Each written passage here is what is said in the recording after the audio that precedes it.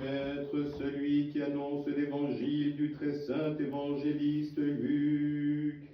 Que Dieu, par l'intercession du saint et glorieux apôtre et évangéliste Luc, t'accorde d'annoncer la bonne nouvelle avec force pour l'accomplissement de l'évangile de son Fils bien-aimé, notre Seigneur Jésus-Christ. Sagesse, tenons-nous droit, écoutons le saint évangile, paix à tous. Et à ton esprit. Lecture du saint évangile selon saint Luc. Gloire à toi, Seigneur, gloire à toi. Soyons attentifs. Le Seigneur dit cette parabole. Il y avait un homme riche dont les terres avaient beaucoup rapporté, et il se demandait en lui-même, que vais-je faire, car je n'ai pas où loger ma récolte. Puis il se dit, voici ce que je vais faire, je vais abattre mes greniers, j'en construirai de plus grands, j'y serrerai tout mon blé et mes biens, et je dirai à mon âme, tu as quantité de biens en réserve pour de nombreuses années. Repose-toi, mange, bois, réjouis-toi. Mais Dieu lui dit, insensé, cette nuit même on va te redemander ton âme, et ce que tu as amassé, qui l'aura? Ainsi en est-il de celui qui thésaurise pour lui-même, au lieu de s'enrichir en vue de Dieu. En ce temps-là, Jésus vit une grande foule, et il en eut compassion, car les gens étaient là et abattus, comme des brebis sans pasteur. Alors il dit à ses disciples, la moisson est abondante, mais les ouvriers sont peu nombreux. Priez donc le maître de la moisson d'envoyer des ouvriers à sa moisson. Jésus, ayant appelé ses 12 disciples, leur donna le pouvoir de chasser les esprits impurs et de guérir toute maladie et toute infirmité. Voici les noms des 12 apôtres. D'abord Simon, que l'on appelle Pierre, puis André son frère, Jacques, fils de Zébédée, et Jean son frère, Philippe et Barthélemy, Thomas et Matthieu le publicain, Jacques fils d'Alphée, et Lébé surnommé Thaddée, Simon le Cananéen, et Judas l'Iscariote, celui qui devait le trahir. Tels sont les 12 que Jésus envoya, leur faisant ces recommandations. Ne prenez pas le chemin des païens, et n'entrez pas dans une ville des Samaritains. Allez plutôt vers les brebis perdues de la maison d'Israël. Chemin faisant, proclamez qu'il approche le royaume des cieux. Guérissez les malades, purifiez les lépreux, ressuscitez les morts et chassez les démons. Vous avez reçu gratuitement, donnez gratuitement. Gloire à toi, Seigneur, gloire à toi. Et à toi qui annonces la bonne nouvelle.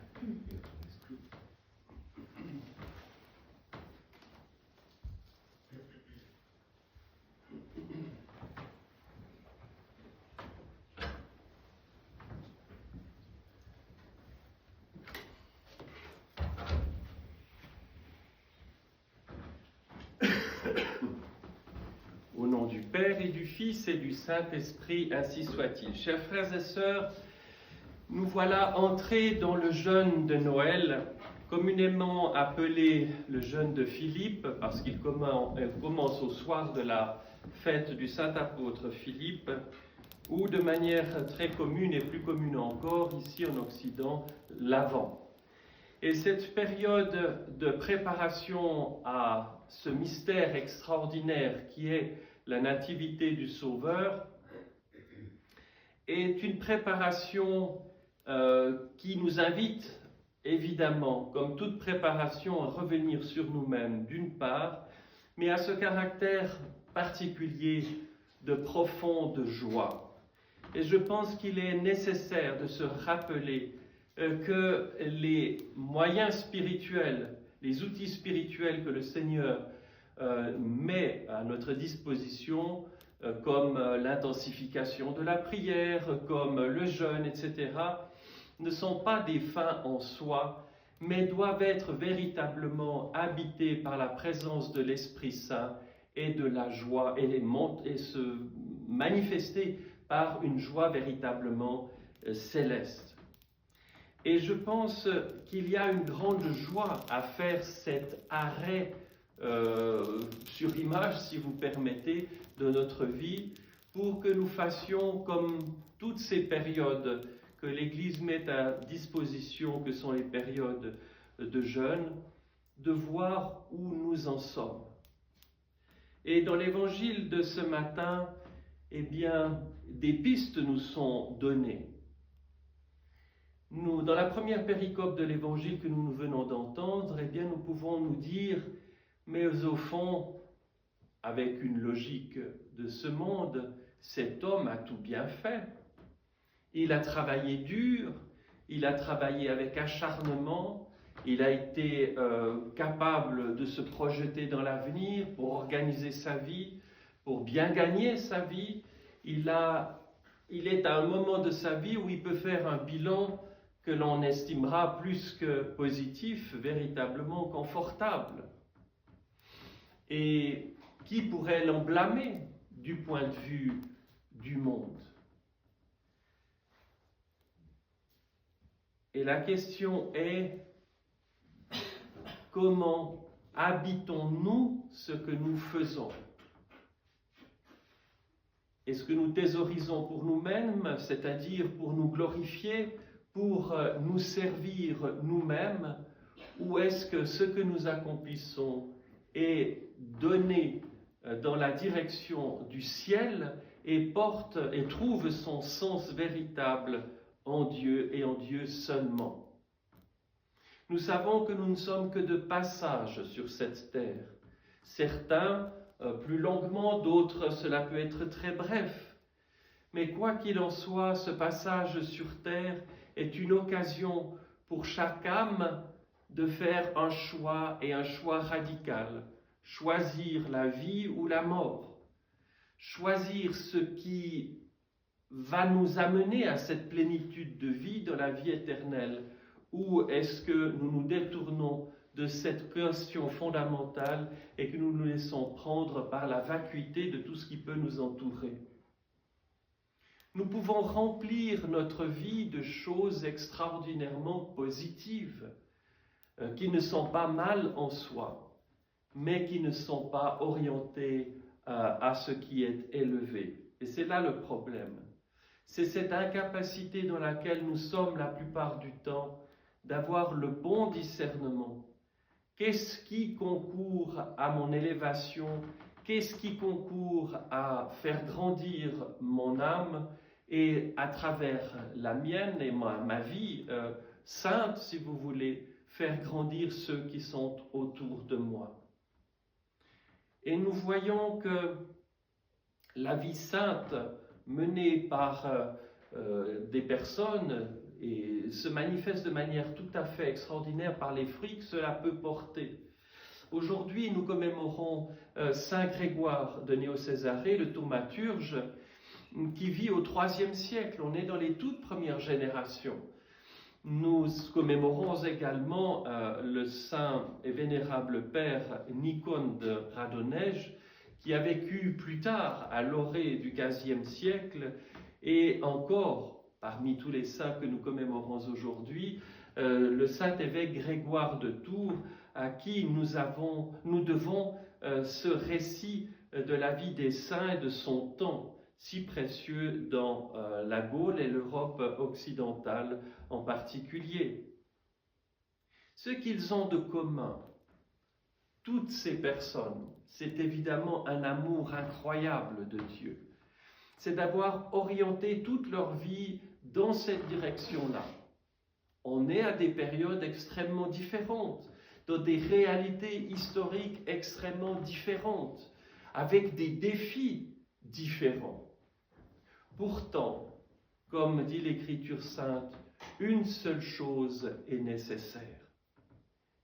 Et c'est toujours ce que nous entendons dans l'Évangile, la péricope de l'Évangile lue aux fêtes de la Mère de Dieu.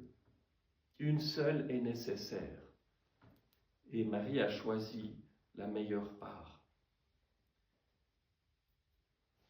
Choisir la meilleure part.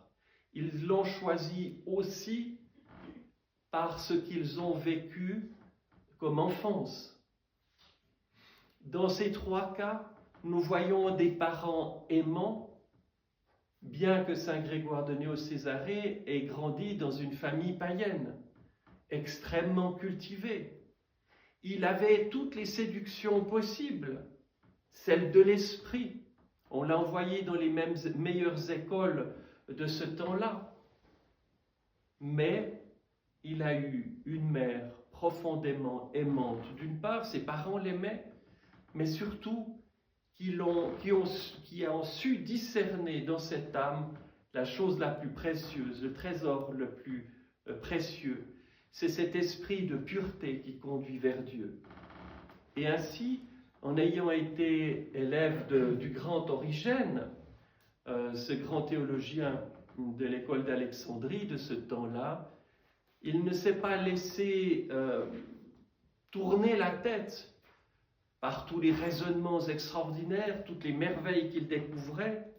Il a su en prendre le nécessaire, mais il n'a pas idolâtré cette connaissance. Il l'a orientée, parce que c'était les dons qu'il avait reçus de Dieu, vers le Seigneur Dieu seul. Et le Saint-Esprit a pu véritablement faire sa demeure en lui. Et il est devenu un réceptacle magnifique de la Trinité. Et ça a tellement bouleversé ses contemporains que cette grâce agissante en lui de Dieu accomplissait miracle sur miracle. Dans la deuxième péricope de l'Évangile, nous voyons l'énumération des noms des 12 apôtres. Ces disciples choisis qui ont vécu dans le cercle plus restreint autour du Seigneur et à qui il va confier la mission redoutable d'annoncer cette parole de vie, cette parole de salut jusqu'aux extrémités de la terre. Et si nous, ici, à notre époque, dans ce lieu, pouvons vivre de la joie de l'Évangile, de la joie de la vie dans le Saint-Esprit, c'est tout simplement parce qu'il y a eu ces générations et ces générations de priants, ces générations et générations d'amants de Dieu qui ont laissé éclore en eux les plus belles fleurs spirituelles et l'arôme, les parfums extraordinaires des vertus ont émané de leur personne, ont bouleversé les générations, ont amené à la foi des tas de gens qui vivaient dans le paganisme, dans l'illusion de ce monde.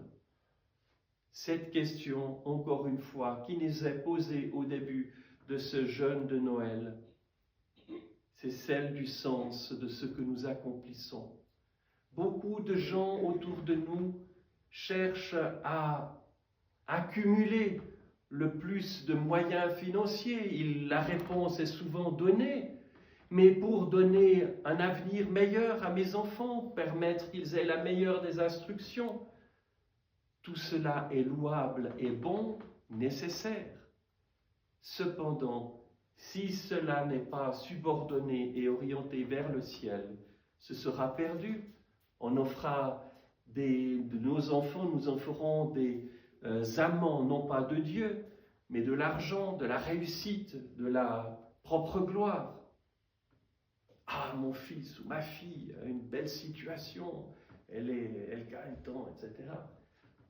On se loue de cela, mais entend-on souvent cette autre réflexion qui devrait être beaucoup plus commune, et parmi les chrétiens en particulier, je suis tellement heureux ou heureuse de voir mon fils, ma fille, aimer le Seigneur, avoir en lui ou en elle cette présence agissante de Dieu. Tant de gens qui se disputaient autour d'eux ont retrouvé la paix parce qu'ils ont discerné sans le réaliser peut-être qu'il y avait une force de vie en eux, qu'il y avait une force de bénédiction en eux. Et petit à petit, ces gens qui vivaient d'une autre façon, ont découvert le sens véritable de la vie. Et en ce sens-là, chacun d'entre nous doit être apôtre, chacun d'entre nous est appelé à vivre et à témoigner de la joie qu'il a reçue.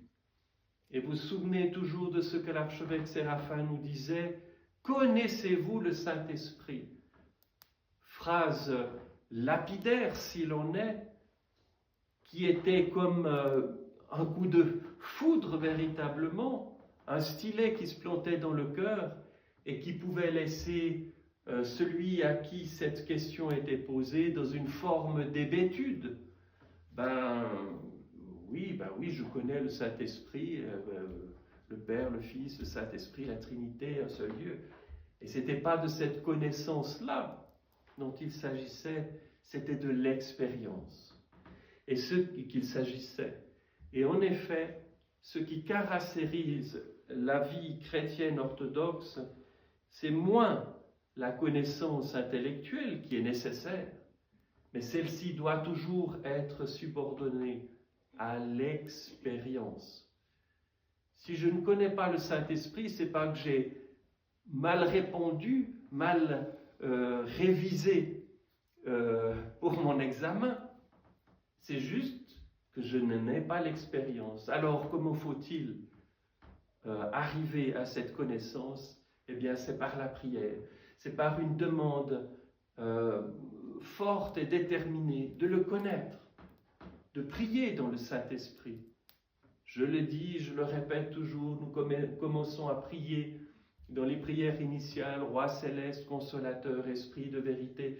Nous prions dans le Saint-Esprit. Alors, chers frères et sœurs, ne considérons pas la réussite de ce monde comme quelque chose qui doit absorber toute notre énergie, toutes nos forces. Mais si nous devons travailler, et travailler dur peut-être, et tant de nos contemporains travaillent avec beaucoup de difficultés pour simplement gagner leur vie, nourrir leurs enfants, tout cela est nécessaire et béni par Dieu, mais doit être soumis à la réalité du sens dans la perspective de la vie éternelle. Et c'est ce dont on témoigne tous les saints, tous les saints, pas seulement ceux du synaxaire, mais ceux qui vivent au milieu de nous. Inspirons-nous de ces saints qui vivent au milieu de nous. Aidons-nous les uns les autres à progresser, chacun à ses faiblesses, chacun à ses forces. Appuyons-nous sur les forces des autres, compatissons aux faiblesses des autres, mais ensemble, tous ensemble, nous sommes l'Église qui arrive à bon port et contre laquelle les portes de l'enfer ne prévaudront jamais. Au nom du Père et du Fils et du Saint-Esprit, ainsi soit-il.